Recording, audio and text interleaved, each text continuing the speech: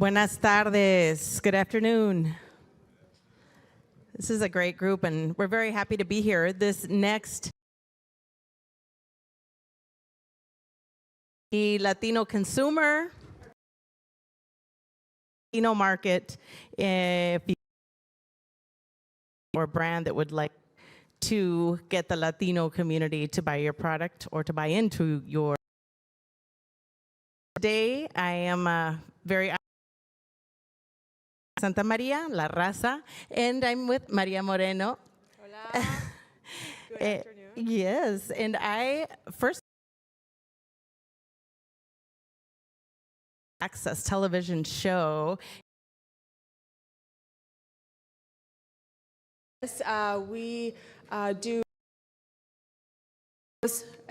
especially we support a lot of Latino entrepreneurs.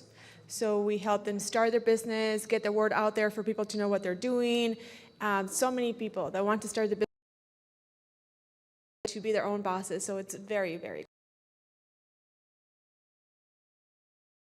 About a year old, more or less? About a year and a half. Very excited. Yeah, so we're ready to just keep moving. So it's a very interesting way of starting this conversation, because I think that Entre Panas has a great insight to talk about some of the burning questions. Opportunities, Maria, do you see in? You know, United States is the second largest Spanish-speaking country in the world after Mexico. So I think that just summers it up. We're all here, we're ready to go, and we are here. As we know, the Latino community in the U.S. is the largest majority in terms of market. This year, there are $2 trillion in Latinos across the country. And that's a large market share. It's a market share that a lot of the Latino media are working hard to get a piece of. Groups and the organizations and brands that are interested in reaching out to the market are very interested in where those dollars will be spent and how will they be spent. And for those of us that work in this field, we know that part of that,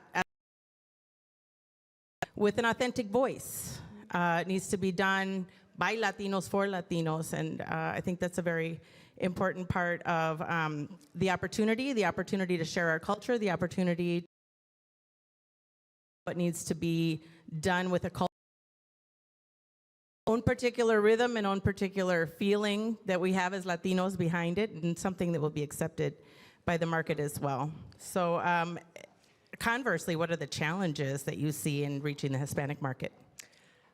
To be honest, I think that education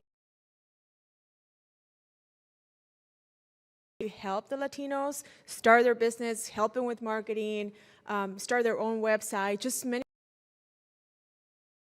A lot of Latinos don't know about this opportunities out there. So I think that, you know, using in my sense, I can use the show as a venue for them to get to know this out there to be able to start their business.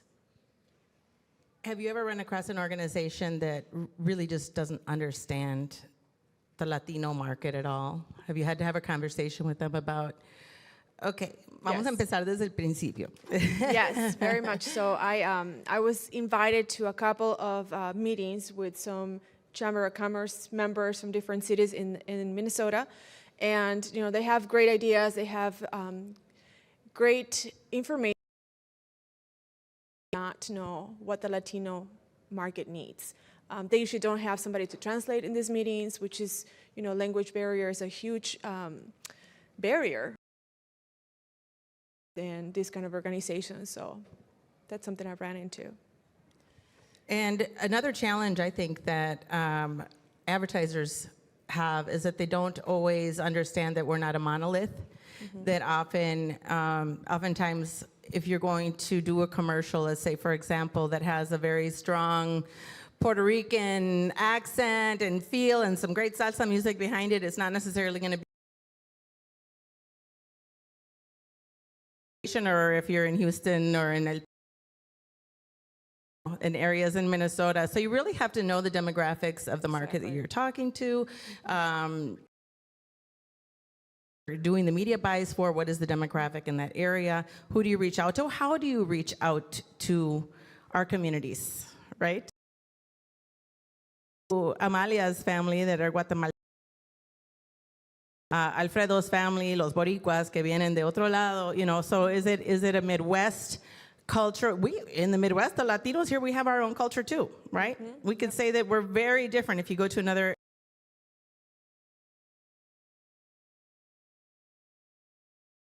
Because, you know, necessarily of the ethnic groups that their parents or grandparents came from, but because they've created their own geographic subcultures, and you have to know how to talk to each of those kinds. So that goes from the way that your talent speaks, the accents, the de fondo, you know, all of the way that contextually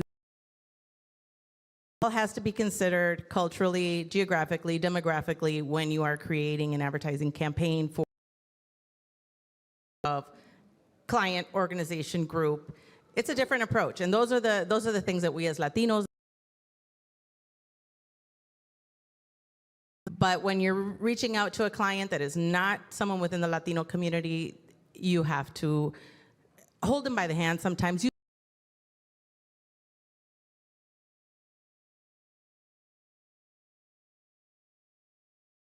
we'll create it for you. If it's for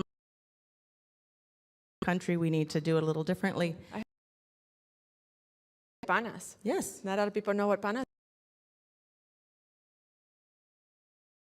Panas is used in certain countries, but not in all the Latino countries. So, yeah, Absolutely. very much so. Yeah. Tell us a little bit more about your group. Fun. I've enjoyed it a lot. Yes, Hablando Entre Panas is a lot of fun. We have about 6 people that are part of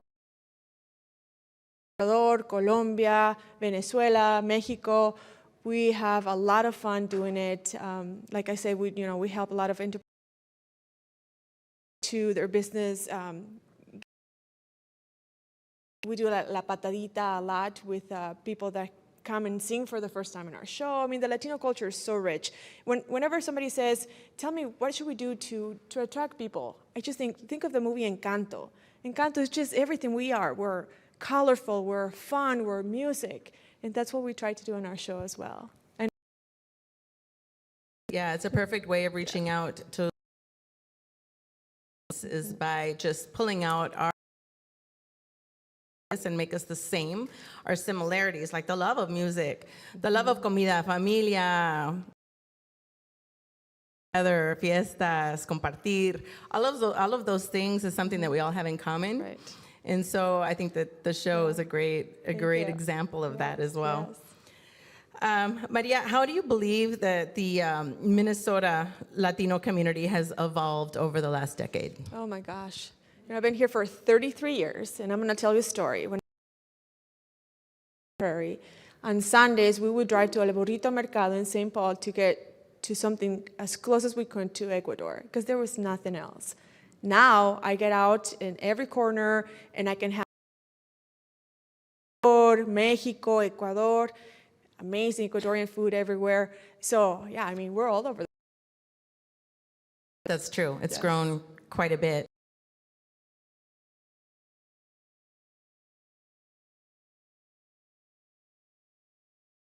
I mean, you walk into Target,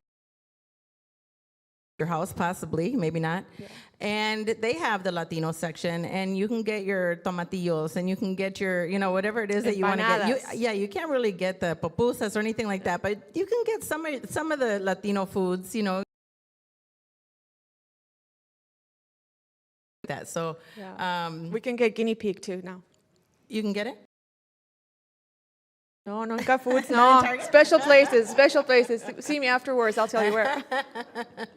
What do they call it in Ecuador again? Cuy. Cuy, that's right. Cuy, muy bueno. With them. You can reach out to the Ecuatorianos in town and let them know where the best cuy is. Yes. There's always an opportunity. So and stakeholders, because there may be some here in the room. What do they need to know to? I think we covered a lot of that already.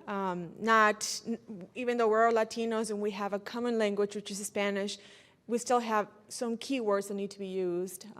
And also, I think that the Latinos are, like I said, we're colorful, we're fun, so just incorporate that into what they're projecting. Yeah, and I think also the Latinos in Minnesota, and I think across the country we could say the same. We've become a lot more sophisticated with our marketing, and it used to be that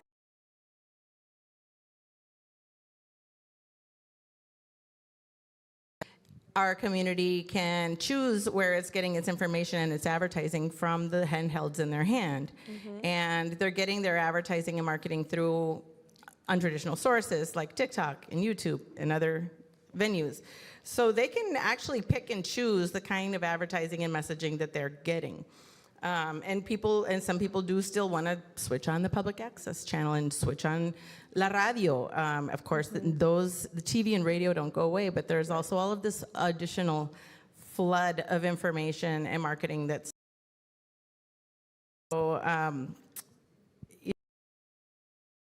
need to be doing more comprehensive campaigns with digital, radio, TV, a combo. Social media. And how can we better equip brands and organizations with a comprehensive understanding of us as consumers, the Latino community?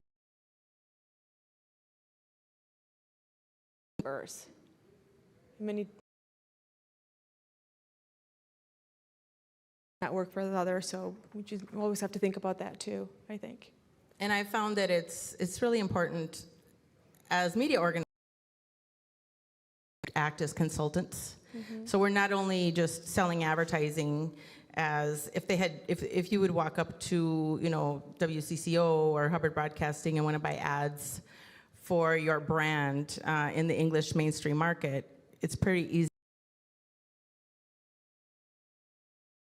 As us as a Latino media, we have to really educate, consult, create, produce, and do kind of the full campaign as like an agency, an advertising agency, in order to be able to be consultants to those brands so that their message is going to be received in a culturally appropriate and linguistically appropriate way.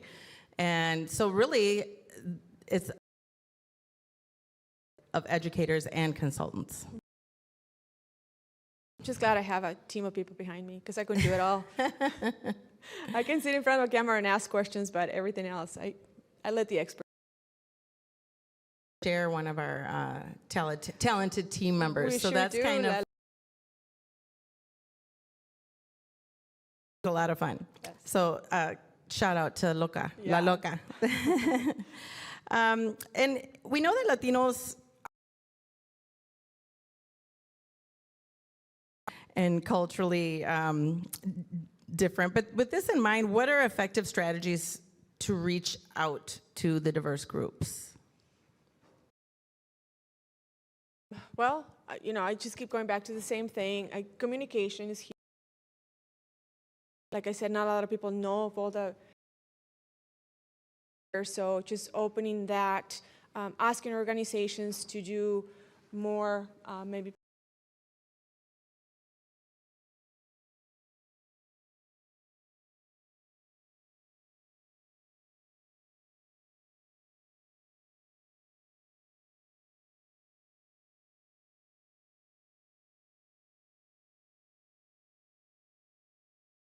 Appropriately represented Latinos.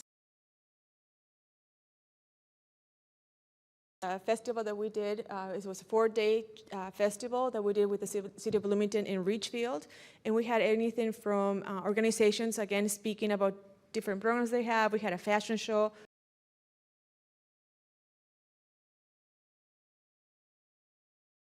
Different. So just doing things like that when we can.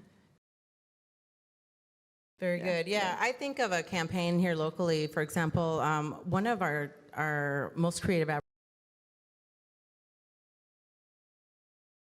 it comes second nature to them. They've really done an amazing job of reaching out to different segments within the nationally. I think Horizon Media has done some really interesting campaign that they did for Modelo. Did anybody here see the campaign with Mark Machado from, he's called like the cartoon. And he's a guy out of LA that's a tattoo artist, and Modelo did a great campaign with him.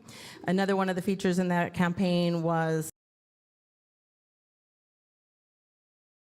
it does the hairdresser for a lot of the stars in sport.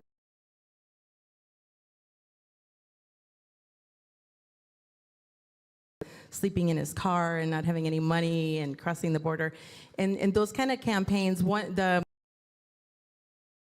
had a very English feel, but the Latino accent. The Philly Garcia one was in Spanish, and so they're doing these kind of cultural empowerment type of campaigns. Those are fantastic campaigns. Feelings in the community, but I think something like Somos Luchadores. Pride in the Latino community out. And so I thought that was a really effective in media.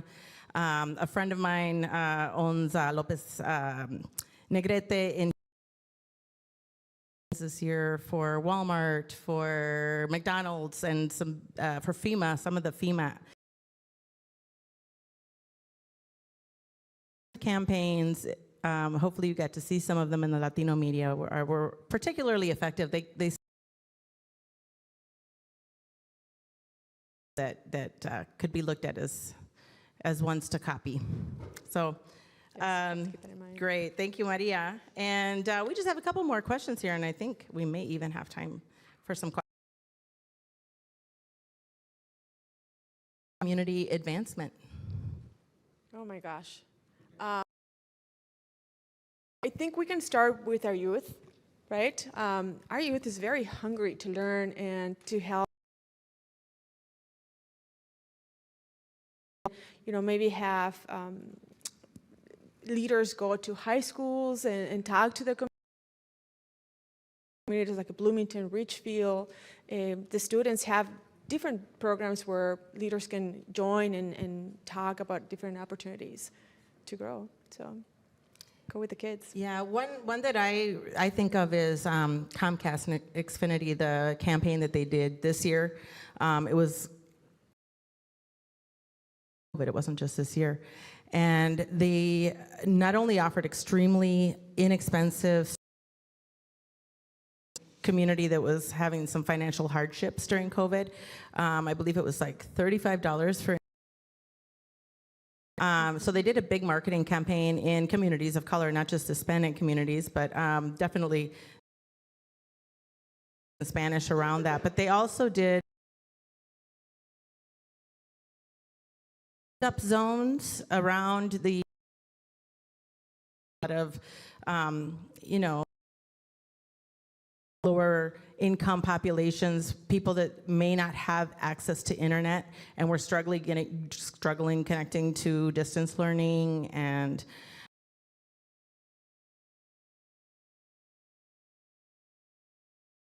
connect to the internet and or anything else that they wanted to do. So that was one example that I saw that I thought was a way that not only with a great to the community and uplifted the community in time when we all really need. That was a fantastic campaign, and they did help out, and they're still doing it. Yeah. And another thing that they did was for Latino entrepreneurs.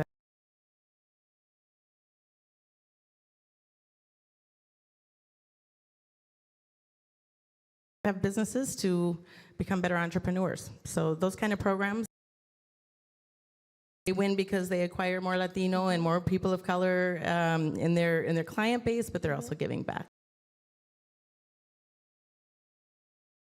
Doesn't know about them. So again, we go back to educating and getting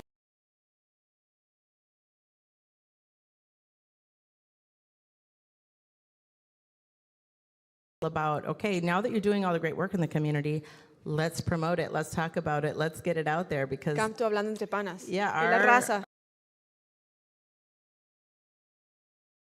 the word, but often, they don't reach out and they don't get the word out appropriately. Right. And sometimes it's a waste of their resources. They're doing great programming and then they don't Definitely. get the right participation.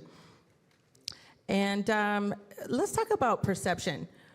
What can our industries do to tackle the perception and narratives in general, specifically negative stereotypes about our communities, our media? What? Negative stereotype?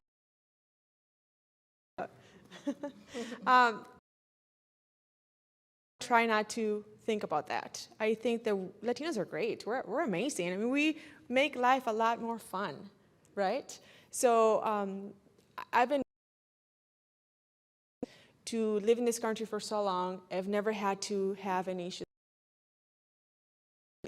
negative so far, and I hope it's going to stay that way. However, who just graduated from college, and she had mentioned a couple of times that she was seen differently, or she was being talked. I've been blinded by my own mind, not wanting to see or feel that way. But I mean, I think that as minorities, we probably do encounter that. May I ask a question on that? Yeah. Really great question, because it is a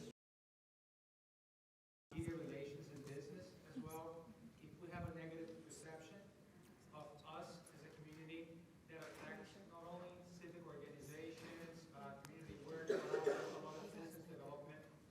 And I'm kind of curious, what can the amount of bad and good news, right? I think we have more bad than good news. It's okay to have bad and good, but I think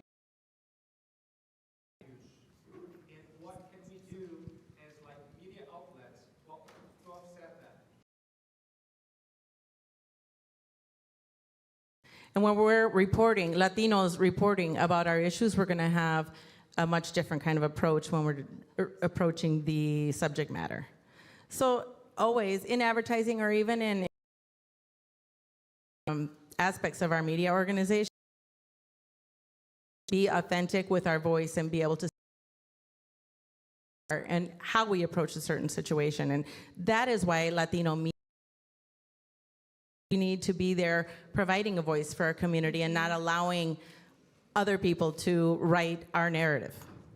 And just be proud. I think that, whenever we walk into a room, we're just proud of who we are, and that makes just a huge difference. I mean, negative things might be happening around us, but just by us feeling proud of feeling. Does anyone have any other questions? Now is your time. Come on. Channel 16. Yes, sir. My neighbor's mom is Mexican. She speaks Spanish, no English. But my neighbor and his siblings, they educate that in order to immerse in the Mexican connection. They never visit Mexico. And they're Minnesota wildfires. Then, on the other side, I have friends Spanish. They don't speak English. So their opportunities are significantly cut.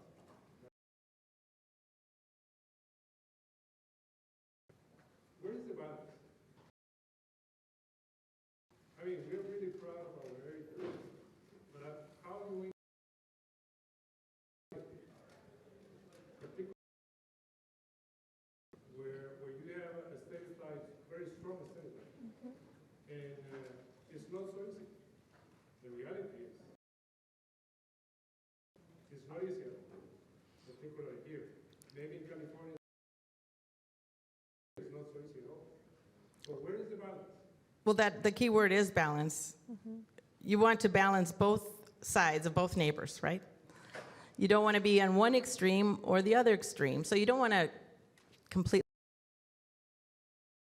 deny your ancestry, right? You don't want to say to your children, don't speak Spanish, because we know that it's a benefit.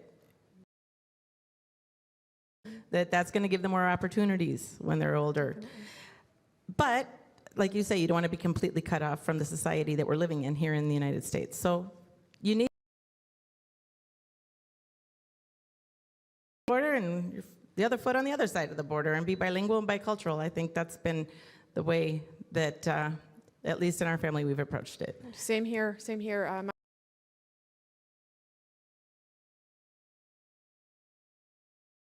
Every time we meet someone, you know, especially my little one, my 10-year-old always says. So just, you know, again, we go to the fact that we have to be proud of who to make it better. Thank you very much. Thank you.